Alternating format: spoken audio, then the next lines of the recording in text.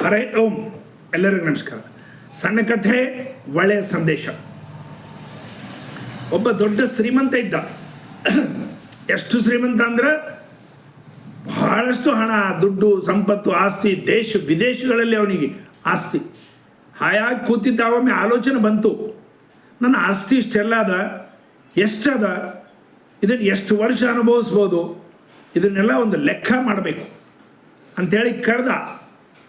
ಅವ್ರ ಅಸಿಸ್ಟೆಂಟ್ ಕರೆದು ಹೇಳ್ದ, 7 ದಿವಸದ ಟೈಮ್, ನೀನು 7 ದಿವಸದಲ್ಲಿ ನನ್ನ ಟೋಟಲ್ ದೇಶ ವಿದೇಶಗಳಲ್ಲಿರ್ತಕ್ಕಂಥ ಆಸ್ತಿ, ಅದರದ್ದು ರೊಕ್ಕ, ಅದರ ವ್ಯಾಲ್ಯೂ, ಈಗಿನ ಪ್ರೆಸೆಂಟ್ ರೇಟ್, ಅದನ್ನೆಲ್ಲ ಡೀಟೇಲ್ಸ್ ಹಾಕ್ಕೊಂಡು ನನಗೊಂದು ಸಣ್ಣ ಬುಕ್ಲೆಟ್ ಮಾಡಿ ತೊಗೊಂಡು ಬರಬೇಕು. ಸರಿ ಅಂತಂದ. ಅವ ಹೋದ. ಪಾಪ 6-7 ದಿವಸದ ತನಕ ಎಲ್ಲ ಲೆಕ್ಕ ಹಾಕೊಂಡ್ಸ್ಕೊಂಡು ಮಾಡಿದ. ಬಂದ, ಖಾಲಿ ಕೈಲೇ ಬಂದ, ಏನೂ ತರಲಿಲ್ಲ. ಬಂದೇನಂದ್ರೆ, ಬಂದಿನಿ ಸರ್ ಅಂದ. ಎಲ್ಲೇ ಲೆಕ್ಕತ್ತಾ? ಇಲ್ಲ, ಲೆಕ್ಕ ಏನು ನಾನು ಮಾಡೀನಿ, ಆದ್ರೆ ನಾ ಬಾಯಿಲಿಂದ ಹೇಳ್ತೀನಿ, ಅದೇನಿಲ್ಲ. ಇಲ್ಲ, ನಾನೊಂದು ಬುಕ್ಲೆಟ್ ಮಾಡಿ ತೊಗೊಂಡ್ಬಾ ಅಂತ ಹೇಳಿದ್ನಲ್ಲ. ಇಲ್ಲ ಇಲ್ಲ ಸರ್, ನಿಮಗೆ ಕೇಳ್ರಿ, ನನ್ನ ಮಾತಿನ ಕೇಳ್ರಿ ಪೂರ್ಣ. ನಿಮ್ಮ 7 ತಲೆ ತಿಂಬಷ್ಟು ಆಸ್ತಿ ಅದ. ನಿಮ್ಮ 7 ತಲೆಯವರೆಗೆ ನಿಮಗೆ ಬೇರೆ ಆಲೋಚನೆ ಮಾಡೋದು ಅವಶ್ಯಕತೆ ಇಲ್ಲ.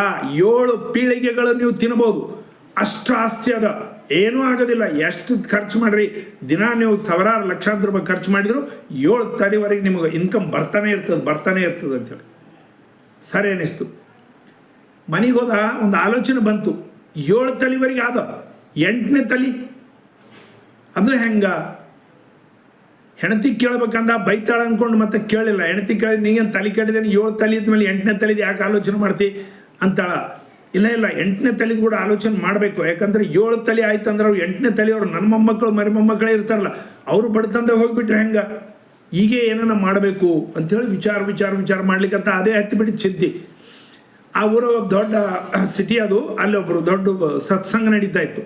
ಓಹೋ, ಇದು ಗುರುಗಳಿಗೆ ಕೇಳಬೇಕು, ಇದು ಅಧ್ಯಾತ್ಮದ ಪ್ರಶ್ನೆ. ಯಾಕಂತಂದರೆ ಸಾಮಾನ್ಯ ಜನರಿಗೆ ಕೇಳಿದ್ರೆ ಬೈತಾರೆ, ನಿನಗೆ ಬುದ್ಧಿ ಆದಾಯಲ್ಲಿ ಇಷ್ಟಿದ್ಮೇಲೆ ಮತ್ತೆ ಯಾಕೆ ಆಲೋಚನೆ ಮಾಡ್ತೀವಿ, ದುರಾಸೆ ಅದಂತಾರ, ಯಾರಿಗೂ ಕೇಳಬಾರ್ದು ಅಂಥೇಳಿ ಅವ್ರ ಹತ್ರ ಹೋದ. ಗುರುಗಳಿಗೆ ಹೇಳ್ದ, ನಮಸ್ಕಾರ ಮಾಡಿದ, ಪ್ರವಚನ ಕೇಳ್ದ. ಎಲ್ಲ ಪ್ರವಚನ ಮುಗೀತು. ಗುರುಗಳ ಹತ್ರ ಕೂತು ಗುರುಗಳಿಗೆ ನಮಸ್ಕಾರ ಮಾಡಿ, ಗುರುಗಳೇ ನಂದೊಂದು ಪ್ರಶ್ನೆ ಅದ, ದಯಮಾಡಿ ತಾವು ಹೇಳಬೇಕು. ಏನು ಪ್ರಶ್ನೆ? ಏನಿಲ್ಲ, ನನಗೆ ದೇಶ ವಿದೇಶಗಳಲ್ಲಿ ಆಸ್ತಿ ಅದ, ಭಾಳಷ್ಟು ಆಸ್ತಿ ಅದ, 7 ತಲೆ ತಿಂಬವರೆಗೆ ಅದ, ನನಗೇನು ಕಮ್ಮಿಲ್ಲ, ಭಗವಂತ ಕೊಟ್ಟಿದ್ದಾನ. ಆದರೆ 8ನೇ ತಲೆದು ಹೇಗ? ನನ್ನ ಜಿರಿ ಮೊಮ್ಮಕ್ಕಳು ಅವ್ರು ಹುಟ್ಟಿರ್ತಾರಲ್ಲ, ಅವರು ಬಡತನದಾಗ ಹೋಗ್ತಾರ, ಅವರ ಪರಿಸ್ಥಿತಿ ಏನು? ನನಗೆ ಅದು ಚಿಂತೆ ಆಗ್ಯದ. ಯಾಕೋ ಚಿಂತೆ ಬಂದುಬಿಟ್ಟು ತಲೆಯಾಗ ಬರಬಾರ್ದು, ನನಗೆ ಕೂಡ ತಿಳಿತದ. ಆದರೂ ಆ ಚಿಂತೆ ಕಾಡ್ತದ, ಮನಸ್ಸಿಗೆ ಸಮಾಧಾನ ಆಗ್ತಾ ಇಲ್ಲ. 8ನೇ ತಲೆದು ಹೆಂಗೆ ಅದೇ ತಲೆಯಾಗ ಬಂದದ, ಯಾಕೆ ಹಿಂಗಾಯ್ತು ಹೇಳ್ರಿ? ಅರೆ, ಅದ್ರದ್ದೇನು ದೊಡ್ಡ ಆಲೋಚನೆ ಮಾಡೋದು ಅವಶ್ಯಕತೆ ಇಲ್ಲ. ಒಂದು ಸಣ್ಣ ಕೆಲಸ ಮಾಡಿಬಿಡು, ನಿನಗೆ 8ನೇ ತಲೆದು ಕೂಡ ಸಮಸ್ಯೆ ಬಗೆಹರಿದು ಹೋಗ್ತದೆ. ಹೇಳ್ರಿ ಗುರುಗಳೇ, ಮಾಡ್ತೀನಿ ಅಂತ. ಈ ಊರವರೆಗೆ ಲಾಸ್ಟ್ ಒಂದು ಗಲ್ಲಿ ಅದ. ಅಲ್ಲಿ ಒಂದು ಗುಡಿಸಲುಗಳು, ಬಹಳ ಬಡವ ಜನರು ಇರ್ತಾರೆ. ಕೊನೇ ಗುಡಿಸಲಲ್ಲಿ ಒಬ್ಬ ಮುದುಕಿ ಇರ್ತಾಳೆ, ಬಹಳ ಬಡವರು ಪಾಪ. ಅವ್ರಿಗೊಂದು ಅರ್ಧ ಕಿಲೋ ಹಿಟ್ಟು ಕೊಟ್ಬಿಡು, ಗೋಧಿ ಹಿಟ್ಟು ಸಾಕು, ನಿನ್ನ 8ನೇ ತಲೆದು ವ್ಯವಸ್ಥೆ ಆಗಿ ಹೋಗ್ಬಿಡ್ತದೆ. ಆಕಿನ ಆಶೀರ್ವಾದದಿಂದ ಆಗಿ ಹೋಗ್ತದೆ. ಅದೇನು ಮಹಾಸುದ್ದಿರಿ, ನಾಳೆಗೆ ಮಾಡ್ತೀನಿ ಅಂತ ಮಾಡು ಅಂತೇಳಿ ನೌಕರಿಗೆ ಕರೆದು ಹೇಳ್ತಾನೆ, 1 ಕ್ವಿಂಟಲ್ ಹಿಟ್ಟು ತಗೋ. ಅಲ್ಲಿ ಹೋಗೋದದ, 1 ಕ್ವಿಂಟಲ್ ಹಿಟ್ಟು, ಗೋಧಿ ಹಿಟ್ಟು ತೊಗೊಂಡು ಹೋಗ್ತಾರೆ, ಹುಡುಕಿ ಆಡ್ತಾರೆ. ಅಲ್ಲಿ ಎಲ್ಲದ ಅಕ್ಕಿ ಮನೆ, ಗುರುಗಳು ಹೇಳ್ತಾರೆ, ಲಾಸ್ಟಿಗೆ ಮನೆ ಇರ್ತದೆ.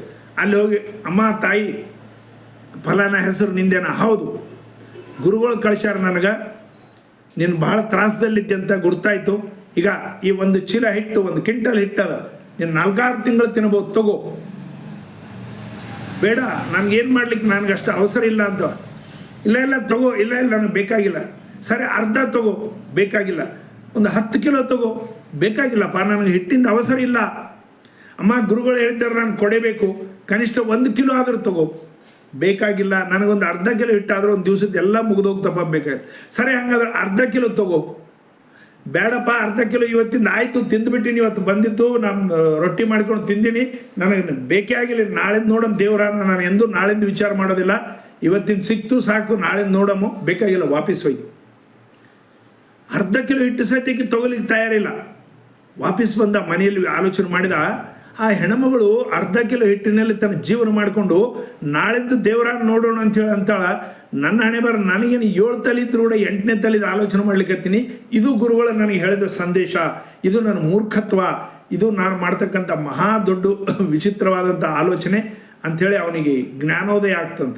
8ನೇ ತಲೆದು ಹೋಗ್ಲಿ ಹಾಳಾಗೋಯ್ತು, ಇಷ್ಟದ ಇನ್ನೇನು ಮಾಡ್ಲಿಕ್ಕೆ. ಆ ಹೆಣ್ಮಗಳು ಮರುದಿವ್ಸ ಹಿಟ್ಟಿಲ್ಲ, ಅರ್ಧ ಕಿಲೋ ಹಿಟ್ಟು ತೊಗೊಂಡ್ರೆ 1 ಕ್ವಿಂಟಲ್ ಹಿಟ್ಟು ಹೋಯ್ದ್ರು ಒಲ್ಲೆ ಅಂತಾಳ. ಅಕ್ಕಿದೆಷ್ಟು ವಿಲ್ ಪವರ್ ಇರ್ಬೋದು. ಈ ಪರಿಸ್ಥಿತಿಯಲ್ಲಿ ಬಡತನದಲ್ಲಿ ಆ ಮುದುಕಿ ನಾನು ಅರ್ಧ ಕಿಲೋ ಹಿಟ್ಟು ಕೊಟ್ಟರು ಕೂಡ ಒಲ್ಲೆ ಅನ್ಲಿಕ್ಕತ್ತಾಳ. ಎಂಥ ಒಂದು ಅಕ್ಕಿ ಧೈರ್ಯ, ಎಂಥ ಒಂದು ಮನೋಬಲ. ನಾಳಿಂದ ಹಿಟ್ಟಿನ ವ್ಯವಸ್ಥೆ ದೇವರು ಮಾಡ್ತಾನ, ನಾನ್ಯಾಕೆ ಚಿಂತೆ ಮಾಡಲಿ ಅಂತಾರ. ನೋಡ್ರಿ ಎಷ್ಟು ಅಣುರೇಣು ತೃಣಕಾಷ್ಟಗಳಲ್ಲಿ ಪರಮಾತ್ಮ ಇದ್ದಾನ.